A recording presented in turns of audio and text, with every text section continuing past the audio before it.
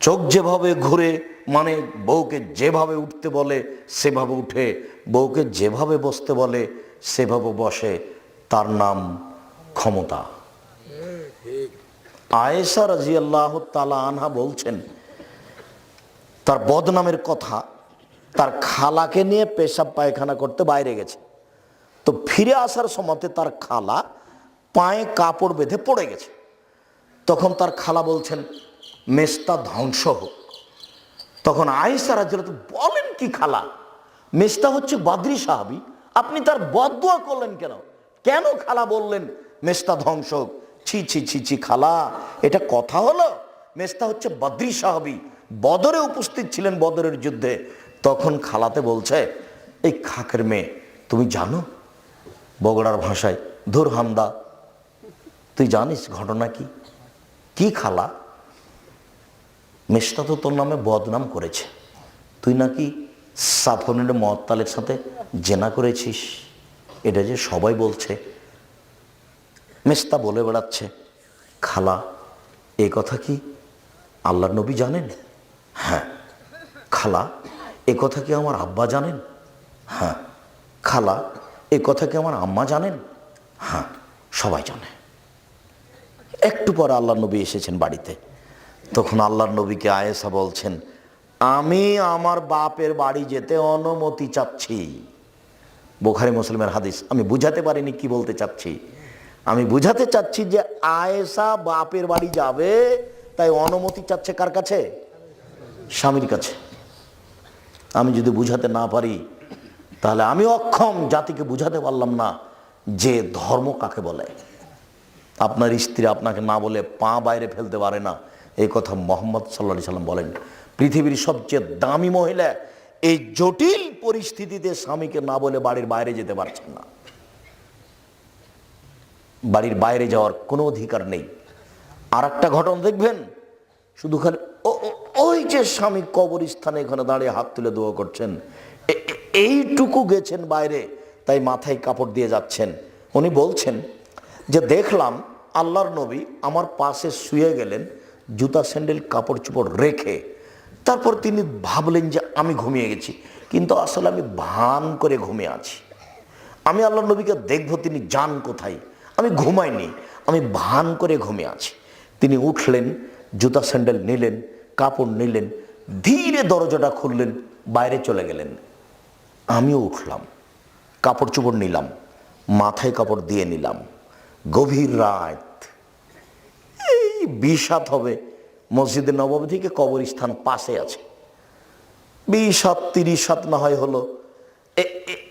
এইটুকু আয়েশা বের হয়ে যাচ্ছেন, সুন্দর করে মাথায় কাপড় দিয়ে বের হচ্ছেন। দেখি স্বামী ওই যেখানে হাত তুলে দোয়া করছেন, ঘুরলেন, আমিও ঘুরলাম, জোরে হাঁটলেন, আমিও জোরে হাঁটলাম, দৌড়ালেন, আমিও দৌড়ালাম, আমি আগে বিছানে চলে এসেছি। আল্লাহ নবী আমার পাশে এসে বলছেন, কি খবর আয়েশা, মোটা শ্বাস কেন? গা হসে গেছে। দেখেন, আসলে আমি পরীক্ষা করছিলাম আপনি আমার কাছ থেকে অন্য কোনো স্ত্রীর কাছে যান নাকি, এটা দেখছিলাম। তো দেখলাম আপনি কবরস্থানে গিয়ে হাত তুলে দোয়া করছেন, মাথায় কাপড় দিয়ে গেলেন। পৃথিবীর সবচেয়ে দামি মহিলা এইটুকু রাস্তা, রাতে কোনো মানুষ নেই। আরেকটা কথা শোনেন, আয়েশা রাদিয়াল্লাহু তাআলা বলছেন, আল্লাহর নবীর কবর হলো আমার ঘরে, তো আমি এখন ওই ঘরে ঢুকি, মাথায় কাপড় দিনে অত হিসাব করি না, কেন এটা আমার স্বামীর কবর। কয়দিন পরে কবর হলো ওখানে আমার বাপের, তখন আমি মাথায় কাপড় দিনে এমনিতেই ঢুকি, কেন এটা আমার স্বামীর কবর, এটা আমার বাপের কবর। কয়দিন পরে ওখানে কবর হলো উমারের, তখন আমি লজ্জা করি, না না না না, এখানে একজন বেগানা পুরুষ আছে, বড় শক্তিশালী মেজাজি মানুষ, আমার বড় লজ্জা হয় ওমরকে। আমি সেদিন থেকে ওখানে মাথায় কাপড় ছাড়া একদিনও ঢুকিনি। আয়েশা মরা মানুষকে লজ্জা করেন, মাথায় কাপড়ে তো ঢোকেন, আর আপনি মহিলা মানুষ, আপনার শরম হয় না? কি করে আপনি ছোট ব্লাউজ পরে পুরুষের সামনে হাঁটেন?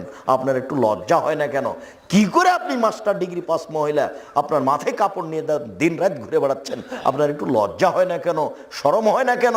হায়া হয় না কেন? আপনার স্বামী কাপুরুষ একটু বলে না কেন? আপনার বাপ কা পুরুষ একটু বলে না কেন?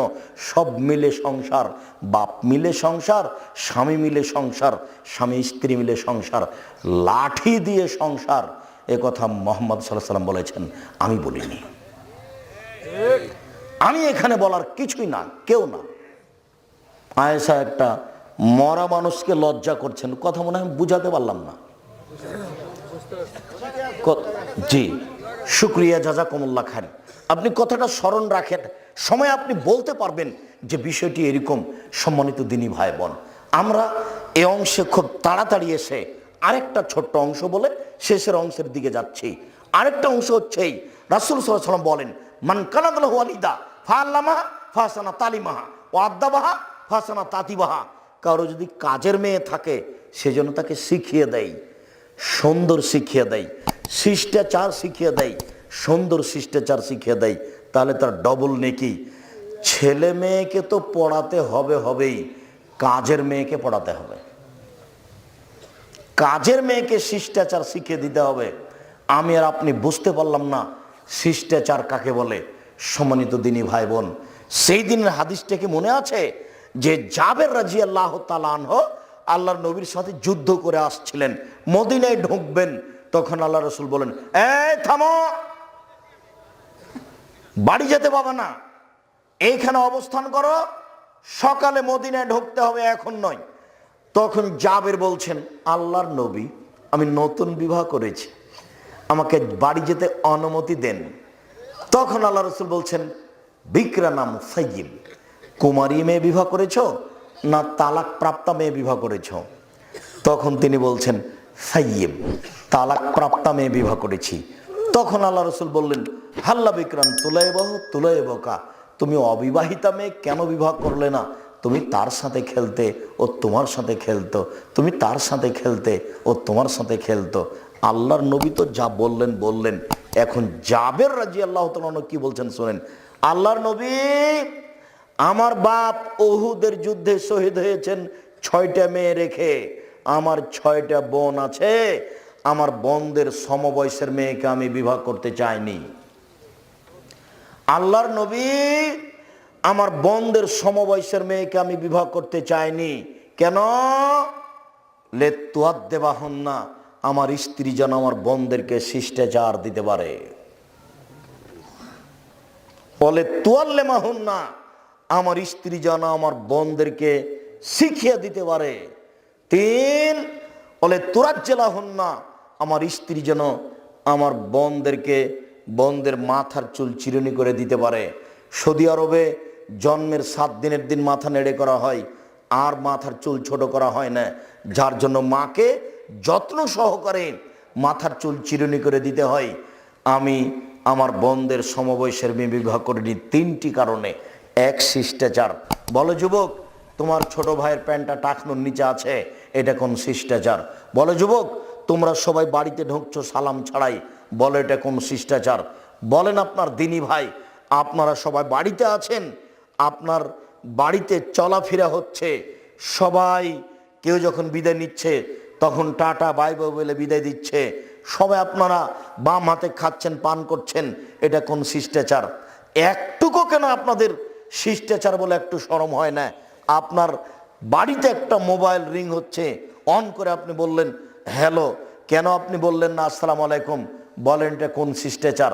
তাহলে কি পশু প্রাণী গরু ছাগলের মতো জীবন, না এটা মানুষের মতো জীবন? তাহলে এটা গরু ছাগল পশু প্রাণীর মতো জীবন ভুল হচ্ছে।